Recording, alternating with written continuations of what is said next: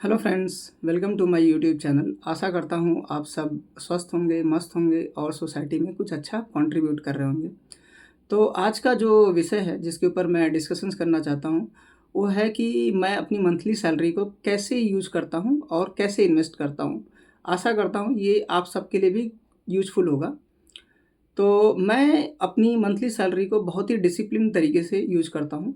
जैसे कि एग्ज़ाम्पल के लिए जब मेरी सैलरी आती है तो उसमें से पहले से ही साढ़े 12% ईपीएफ कटा होता है और साढ़े 12% एनपीएस कटा होता है। जैसे इन इन केस ऑफ ईपीएफ ऐसा होता है कि साढ़े 12% तो आपके साइड से कटता है और साढ़े 12% जो एम्प्लॉयर की साइड से कटता है। बट एक्चुअल में कॉर्पोरेट में क्या होता है, वो दोनों ही आपके आपके ही सैलरी से काटी जाती है। ठीक है, वो आपके सीटीसी का ही पार्ट होता है। तो मेरे केस में भी सेम ही है। तो मान लो अब मेरे अकाउंट में 100 रुपये आए मंथली, तो मैं उसे कैसे यूज़ करता हूँ, ठीक है? तो मैं बहुत ही डिसिप्लिन तरीके से यूज़ करने की कोशिश करता हूँ। तो जैसे कि मेरे केस में ऐसा होता है कि 100 रुपये में से जो 60 रुपये है, वो मेरी घर खर्चे के लिए आई मीन जो घर खर्चा होता है या बच्चों का ट्यूशन फ़ीस हो गया या जो पेरेंट्स को मुझे कुछ पैसे देने पड़ते हैं, तो वो 60 रुपये में मैनेज हो जाता है और हर एक किसी के लिए ये अलग होगा। मेरे केस में वो 60 रुपये में मैनेज हो जाती है, ठीक है?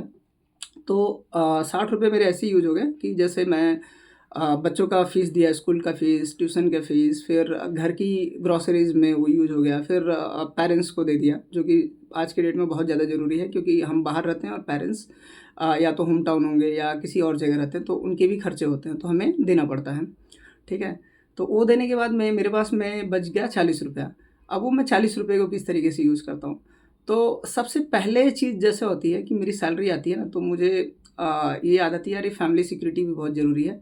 और जैसे आज के डेट में आपको पता होगा कि जॉब जो है बहुत ही इनसिक्योर हो गई है। तो डर तो हमेशा लगा रहता है यार कि कहीं हमारे साथ में भी वो चीज़ें ना हो जाए, क्योंकि ज़िंदगी में क्या होता है कि जो प्रॉब्लम्स होती है, कोई नहीं जानता कि कब आ जाए।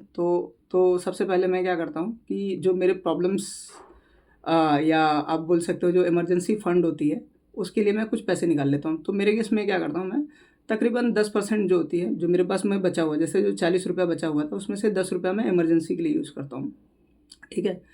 तो वो उसके बाद में बच गया मेरे पास में 30 रुपए। तो 30 रुपए मैं क्या करता हूँ कि मुझे इन्वेस्टमेंट करना होता है, तो 30 रुपए में से 5 रुपए जो है, मैं उसे इस तरीके 5 रुपए जो है, मैं उसे हर महीने एफडी में यूज़ कर लेता हूँ, ठीक है? उसकी एक नॉर्मल सी एफडी बना देता हूँ, ठीक है? उसकी उसको उसका जो यूज़ है मैं आपको बाद में बताऊँगा। और अब मेरे पास में बचा है कितना, 25 रुपए, ठीक है? तो अब 25 रुपए में मैं क्या करता हूँ, मैं ये रिकमेंडेशंस नहीं है, लेकिन मैं डायरेक्ट स्टॉक मार्केट में इन्वेस्ट करता हूँ। तो और मेरा पोर्शंस जो होता है स्टॉक मार्केट में इन्वेस्ट करने का, ये है कि जैसे एक परसेंटेज के हिसाब से मैं आपको बताऊँगा। तकरीबन 65% अमाउंट जो होती है मेरे पास में, वो मैं ट्राई करता हूँ कि लार्ज कैप में डाला जाए और अ, तकरीबन 25% जो है मिड कैप में और 10% जो है वो स्मॉल कैप में डालने की कोशिश करता हूँ। तो अब मेरे पास में जो 25 रुपये जो बचे थे, तो मैं चेक करता हूँ मेरे करंट पोर्टफोलियो के हिसाब से या मार्केट कंडीशंस के हिसाब से और कंपनी के जो थोड़े बहुत रेवेन्यू है या उनकी अपडेट्स है, न्यूज़ है, उनकी जो अर्निंग्स है, उसके हिसाब से मुझे किस कंपनी में डालना चाहिए, जहाँ पे मतलब मुझे कुशन्स ज़्यादा मिले। तो इसे मैं बहुत ही कंसिस्टेंट तरीके से करता हूँ। जैसे कोई मतलब कोई आप बोल सकते हैं कि मतलब कोई जल्दबाज़ी नहीं होती है कि आप 1 महीने का टाइम है, अब मुझे लग रहा है कि यार यहाँ पे ज़्यादा वैल्यू बन रही है, तो मैं उसके अंदर इन्वेस्ट कर देता हूँ, ठीक है? तो ये मेरी जो है मंथली रूटीन है, मतलब पैसे को हैंडल करने का। मैं इसे आई मीन पैसा हैंडलिंग नहीं मानता हूँ, इसे मैं पीस ऑफ माइंड समझता हूँ, जो कि मेरे लिए बहुत यूज़फुल हो जाती है। अब रही बात जो मैं 5 रुपए बचाता हूँ, उसे मैं कब यूज़ करता हूँ, तो वो 5 रुपए जो है, जो मैं एफडी में डालता हूँ, तो उसको मैं ऐसा बोलता हूँ कि ये मेरे लिए मार्केट अपॉर्च्युनिटी फंड है, ठीक है? तो जैसे कोई इवेंट हो गया और मुझे पता है कि ये बहुत लंबा टाइम नहीं चलेगा, ठीक है? कुछ एक्सटर्नल फैक्टर्स है जिसमें कोई कंपनी की गलती नहीं है, कुछ नहीं है, तो उस टाइम पे अगर वो मार्केट क्रैश हुआ या कुछ चीज़ें हुआ, तो मैं उसे उठा के उस पैसे को यूज़ कर लेता हूँ। अब दूसरा चीज़ है, मतलब लाइफ में सिर्फ़ पैसे कमाना ही इम्पोर्टेंट नहीं है ना, इसके अलावा भी काफ़ी चीज़ें होती है, जैसे आपके पास में और भी चीज़ें होती है, जैसे कुछ घूमना होता है या कुछ गैजेट्स लेनी होती है, तो वो चीज़ें मैं कैसे अरेंज करता हूँ।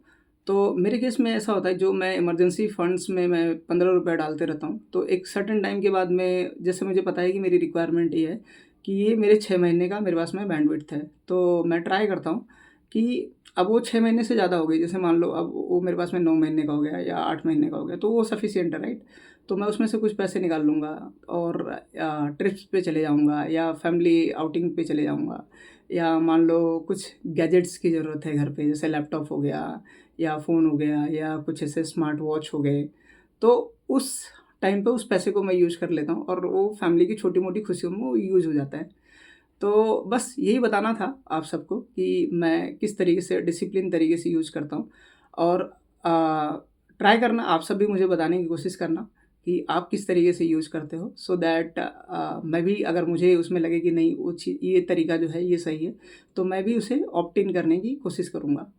तो इसी पे एंड करते हैं इस वीडियो को। जय हिंद, जय Bharat, stay positive. Thank you.